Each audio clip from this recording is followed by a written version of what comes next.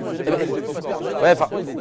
Et non mais laissez-moi parler. Bonjour à tous et bienvenue en Tech Break, votre rendez-vous hebdomadaire par 01net.com. Et l'actualité de cette semaine, elle était du côté de chez Apple. Eh oui, encore, mais c'est souvent comme ça en septembre. Cette semaine est sorti iOS 15. Pour les dispos, vous pouvez avoir iOS 15 sur l'iPhone SE, l'iPhone 6S, l'iPhone 7, l'iPhone 8, l'iPhone 17, l'iPhone 17, le 11 Pro Max, le 12, le 12 Pro, le 12 Pro Max, le mini, le 13 mini, le 13 Pro Max, le 13. Wouh! Petite sélection des 3 fonctions qu'on a trouvé plutôt sympas sur iOS 15. On commence avec Focus, c'est un mode qui vous permet de vous concentrer et de couper certaines, voire toutes vos notifications quand vous bossez par exemple. Vous pouvez l'automatiser pour qu'il s'active à partir d'une certaine heure et même choisir précisément quelle notif vous voulez ou pas d'une personne ou d'une appli. Donc t'en fais pas maman, tu peux m'appeler quand tu veux. Autre fonction qui s'améliore, c'est FaceTime. Vous allez pouvoir écouter avec les gens présents dans votre appel FaceTime un son tous ensemble dans la bonne humeur et pouvoir le chanter à tue-tête. Et si jamais vous faites partie des 7 personnes qui regardent Apple TV+ en France, vous allez aussi pouvoir partager la série que vous regardez. Dernière fonction plutôt sympa, c'est Live Text. Ça va vous permettre, en passant via la caméra de votre iPhone, de scanner un texte en quelque sorte.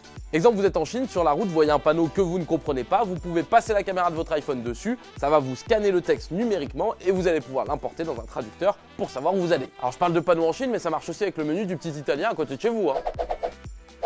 Et le chiffre de cette semaine, c'est 40. C'est la durée en minutes pendant lesquelles les Chinois pourront accéder à TikTok quotidiennement. 40 minutes sur TikTok, ressenti dans la vraie vie, 2 minutes 30, ouais c'est court, c'est court. Alors ça concerne pas tous les Chinois, mais uniquement les ados chinois de moins de 14 ans. Autre mesure, toujours pour les moins de 14 ans, ils n'auront plus accès à TikTok entre 22h et 6h du matin. Alors ce qui est impressionnant, c'est que c'est pas la Chine directement qui a imposé ces mesures, mais ByteDance, la maison mère de TikTok. D'ailleurs, dans un communiqué officiel, ByteDance nous dit « Oui, nous devenons plus stricts avec les adolescents, mais nous allons travailler plus dur pour fournir du contenu de haute qualité afin que les jeunes puissent apprendre et découvrir le monde sur TikTok. » Parce que oui, aujourd'hui, en tout cas sur mon TikTok, je découvre pas vraiment le monde. Alors après, il y avait très probablement un gros coup de pression de la part du gouvernement chinois pour réguler l'appli. On sait qu'en ce moment, ils sont plutôt chauds pour réduire la dépendance des jeunes aux écrans. Pour rappel, il y a quelques semaines, la Chine a limité le temps de jeu des enfants à 3 heures par semaine. Donc imagine, t'es Gotaga et t'es né en Chine. Oh non, j'ai encore fait Top 72! Et cette semaine, on voulait savoir ce que vous pensez de la décision de ByteDance. Est-ce que vous trouvez que c'est une bonne chose ou pas? Est-ce que ça devrait arriver sur d'autres réseaux? Dites-nous tout ça en commentaire, justifiez votre réponse et on en sélectionnera 2 la semaine prochaine.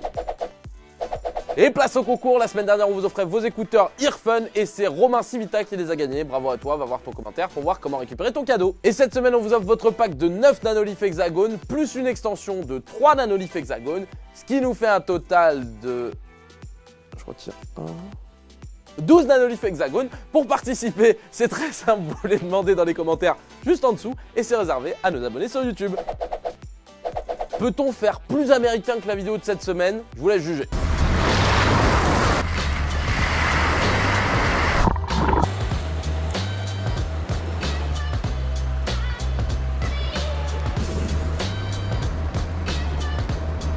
Je vous présente Chillin' with Chet, un youtubeur américain qui fait principalement des vidéos de Tesla, d'armes à feu, de gros camions, un américain quoi. Il a essayé de voir si sa Tesla Model S pouvait rouler sous l'eau. Oui, parfois faut pas juger les envies de chacun.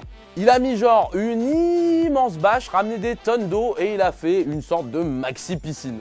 Il a essayé d'imperméabiliser sa voiture et devinez quoi? Et bah ça marche pas du tout, vraiment pas. Mais évidemment que ça allait pas marcher, fait qu'il pas besoin de déplacer 50 tonnes d'eau pour voir que ta voiture elle va pas flotter. Il s'est retrouvé avec de l'eau dans le coffre et dans l'habitacle et la voiture a pas vraiment kiffé. It is a big surprise. En tout cas, n'hésitez pas à nous envoyer vos meilleurs essais avec vos Lamborghini, Ferrari ou tout autre bolide de type Renault Zoé, on les regardera avec grand plaisir. Et la semaine dernière, c'était l'annonce des nouveaux iPhones et on vous demandait ce que vous avez pensé de la conférence d'Apple et des nouveaux produits et vous nous avez répondu.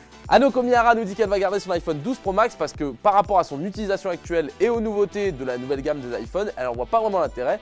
Un peu déçu donc je suppose. Pour Julien, la hype des iPhone 13 ça aurait été la plus petite de tous les iPhones, rien que ça. Mais c'est pas pour autant qu'il va quitter l'écosystème et le bateau Apple comme il le dit. Mais il est très déçu juste de plus être hypé et excité comme ça pouvait l'être avant. Et je suis tellement d'accord avec toi Julien. Et c'est la fin de cet épisode de Tech Break. Merci à tous de l'avoir suivi. Comme d'hab, si vous a plu, pensez à mettre un petit pouce bleu, à vous abonner à la chaîne 01net et à activer la cloche pour rater aucune des prochaines vidéos. Et moi je vous donne rendez-vous ici la semaine prochaine.